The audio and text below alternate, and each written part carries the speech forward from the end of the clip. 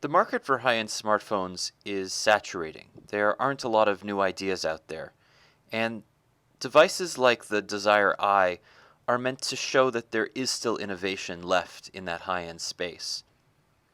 HTC's newest device has a 13 megapixel front-facing camera, and unlike other devices that just focus on photography, this also comes with some really high-end specs that rival the 1M8 and many other flagships.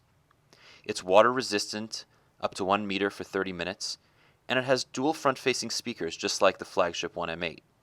It's got a 5.2-inch, beautiful 1080p Super LCD display, and it's one of the first HTC devices that comes with a shutter button, so taking photos from the rear and front cameras, which have the same 13 megapixel sensor, is both fun and easy. There's also a new camera experience called the Eye experience, which will be coming to other devices, including the Canadian 1M8 later this year. From the ability to take multiple selfies in a row, to cropping front-facing camera photos into the rear one in real time, there's a lot of fun and interesting features for everybody. But ultimately, this is just about taking really good quality front-facing photos. The selfie market is rapidly becoming more important to OEMs and to consumers, and HTC is trying to capitalize on that as quickly as possible.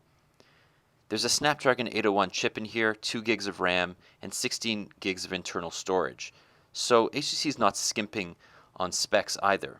The 13 megapixel sensor is the same one found in the One Mini 2 and many other HTC devices, and it certainly does better than the 1M8 in terms of daylight shots, but low-light photos were a little bit underwhelming. Ultimately, though, this is not supposed to cannibalize sales of the 1M8. That metal device stands on its own with its high-end build quality and premium features. But the Desire Eye comes in just below it, and its cheaper price should help it appeal to budget-conscious consumers looking for a large, high-spec device.